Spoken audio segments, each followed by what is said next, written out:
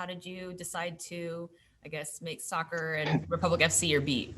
Sure. So I'm actually from Davis, and it's funny. I literally moved to Sacramento on Saturday, so it was right after the news, and I moved there to be closer um, to the city and to the people while I was completing this project. So it's kind of ironic that literally the night before this whole thing was announced. But soccer is really big in Davis. And when the pro team came around in 2014, I was working for the Davis Enterprise as a sports reporter, and I sort of asked if I could cover the team and make it my beat. And they said, well, you can go to the first game, and after that, probably not. And then, it was 20,000 people showed up, and they're like, okay, this is kind of a big deal. And then ever since then, I started covering the Republic. So. Yeah. And, I've been here since 2017. And so one of my first stories was the ground making of the rail yards with Sure. Nagel and Steinberg and all of that. So that was my first, indication that MLS would be coming to Sacramento. But for those who are not so up to speed, can you, just give us a little bit of history about the MLS efforts? How long and how many attempts have there been made here in Sacramento to bring Major League Soccer here? Sure. So, there was actually a group from like Elk Grove who was talking about it even before Sacramento Republic FC were on the scene. That I don't think was ever seen to be quite so serious, or at least serious from a national standpoint. One of the people I talked to for the book said, I mean, if they're not going to give Miami a team, unless it's in downtown Miami, then they're not going to give Sacramento a team in Elk Grove. And so that was all just sort of chatter. But when the Republic came along, I think that's when it sort of went to the next level, especially after that first game at Hughes Stadium. And after that game, it was sort of national headlines were made.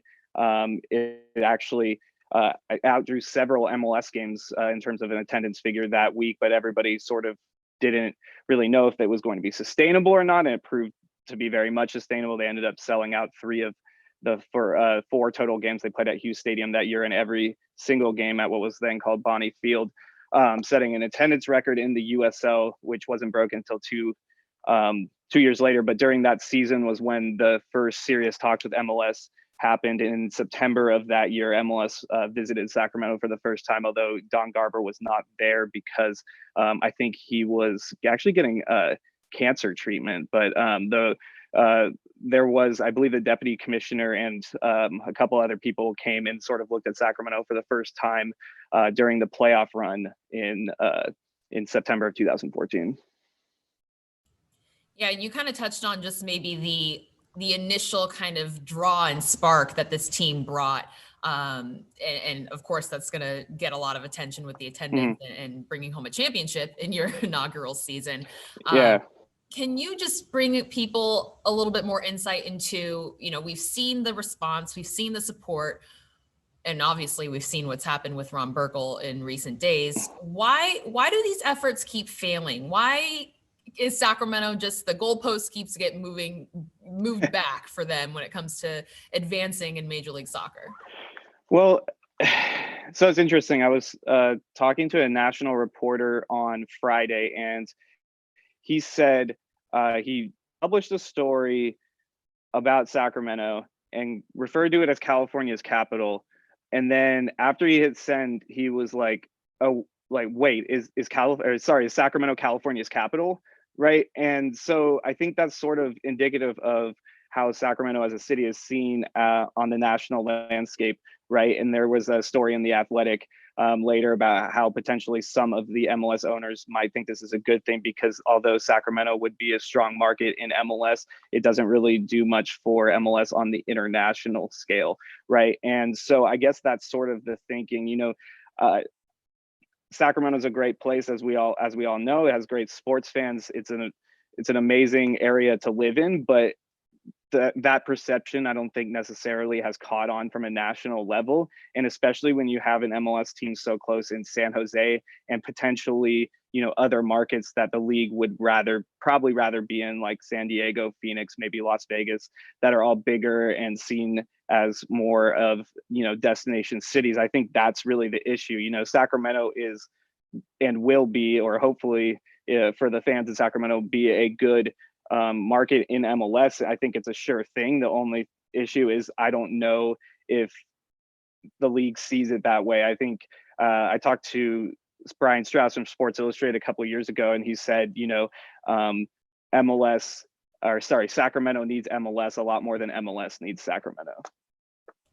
Yeah, I think that's a pretty clear way to put it. From what you've seen, and even in Davis, why is there such a level of support for soccer, or a love for soccer here? And why, I mean, you mentioned kind of in the market sizes and in the TV and the finances, all the minutia of like what a league would find attractive about a market. But I mean, they've already got the fan support. So where does that come from here locally, and why is that not being rewarded? It's a good question. I don't think there's any way to necessarily say there's one thing that's come from. I mean, soccer is a ever growing sport all across the world, especially here in the United States. And there's a lot of I think areas to play in Sacramento and Davis, in Elk Grove, in Placer County. All these places around have some pretty amazing facilities and some pretty amazing youth clubs who are doing a really good job at I guess instilling a love of the game in their kids. And I think that's really where it starts, is from that level. But I think it all went to the next level in 2014. It was sort of a perfect storm, because not only did Sac Republic come onto the scene, but at the same year you had a World Cup in the summer, right? And so that like literally within a 2-month period, like Bonnie Field, I guess Papa Murphy's Park, now opened, right? The Sac Republic were playing, and they were successful. They were led by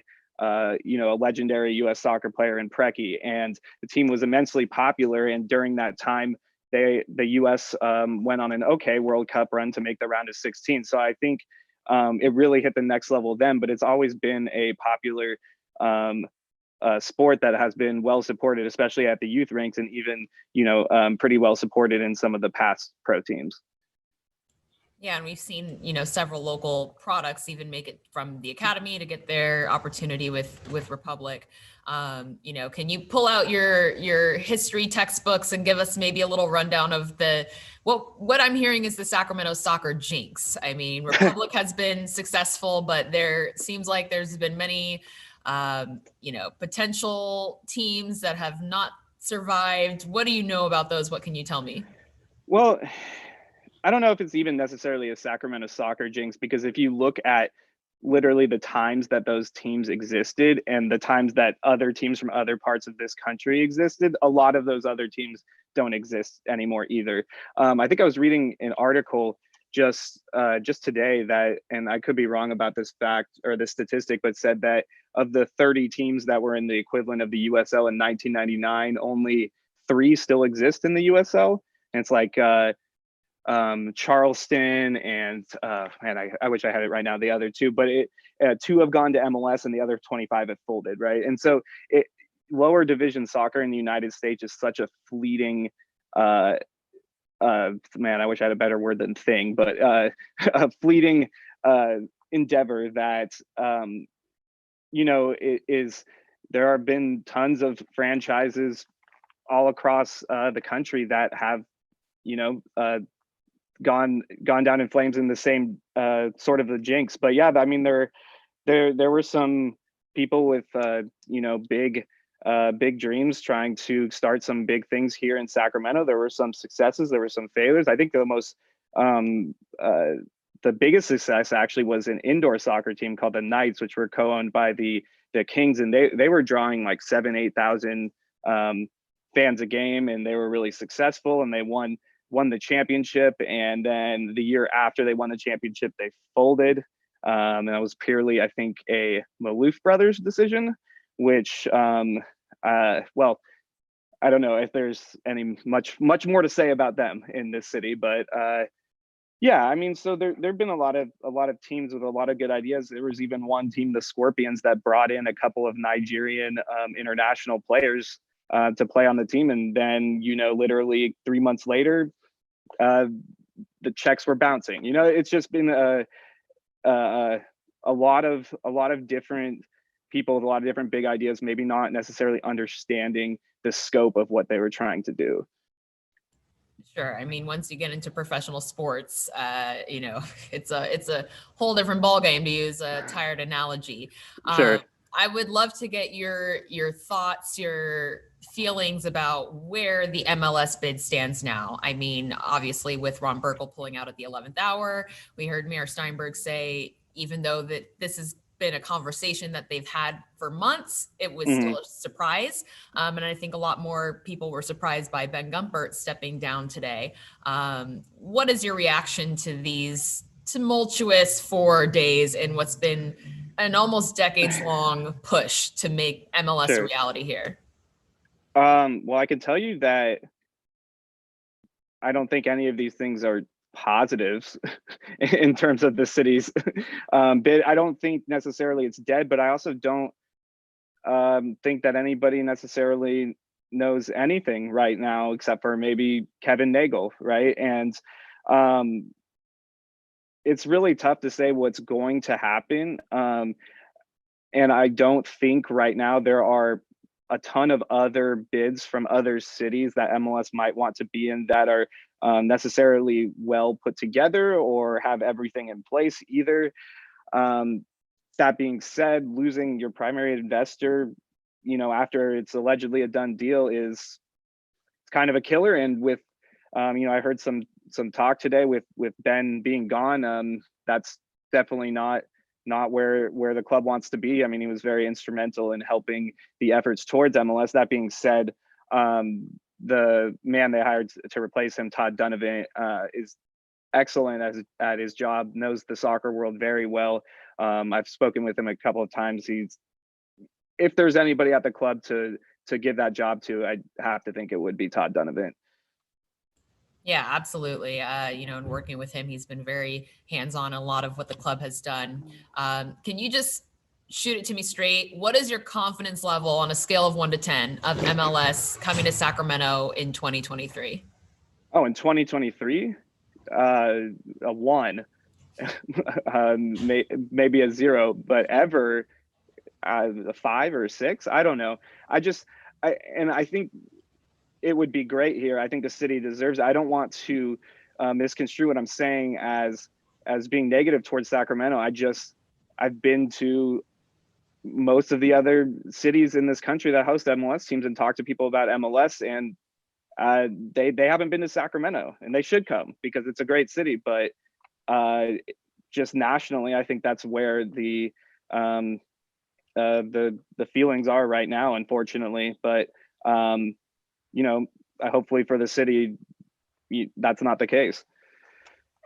Yeah, I mean, we've seen Meg Whitman, Jed York, Ron Burkle. I don't know if there are any other big names that you can think of that have been in and out of this whole endeavor in terms of a whale investor.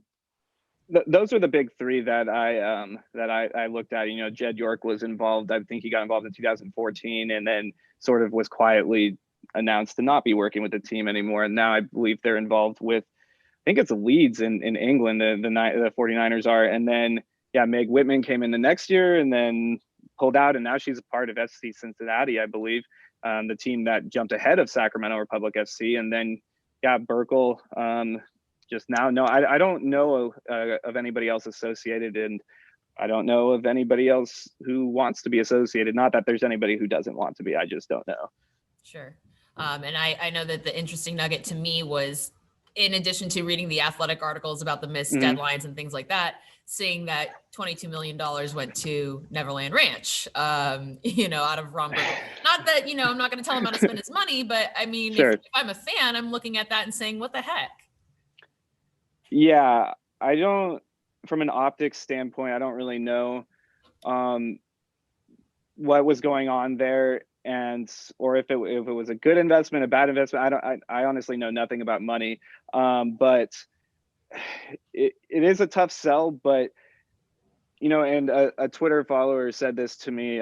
Scott Brewer, he's a Republic fan in Tower Bridge Battalion. He said, we wouldn't be doing our due diligence if we didn't consider Burkle's mindset after the loss of his kid. Sure. Right. And obviously that was a tragedy, and we don't know where he's at, especially with the pandemic. And it's really just like a ton of events that had nothing to do with really soccer or Sacramento that sort of set this, in motion. I think that if the pandemic didn't happen, there would be MLS in Sacramento next year. And so, I mean, who's to say with all of this happening, how Ron Burkle feels? It's really hard to say. So. Yeah, absolutely. That's absolutely worth noting. Is there anything else that you think is important in terms of the kind of background of the history of soccer, how that plays into maybe where we're at today, what you anticipate, anything that I didn't ask that you wanted to speak on? Yeah, you cut out there for a second. I think it's me though. It said my internet was unstable. But you just asked if there was anything else that I. Yeah, like if there's anything that I missed, or anything in terms of what you anticipate, or how the history of, soccer in Sacramento might have led up to this moment that we're in today. No, I don't think so. I think it is important to note that this city and its people, and especially the sports fans, have proven time and time again that they're resilient. I mean, they were there for the Sacramento Kings, right? They've supported especially the Knights, but a lot of those other teams that you mentioned in the Sacramento soccer history were well supported. So were the Mountain Lions of, I can't even remember what that football league was called. I mean, the city really gets behind its sports teams, and it has a quote major league fan base. The only issue is that while these people may be extremely resilient, at the end of the day, it's a matter of, I think, $200 million, maybe even more. And that's unfortunately how soccer works in this country.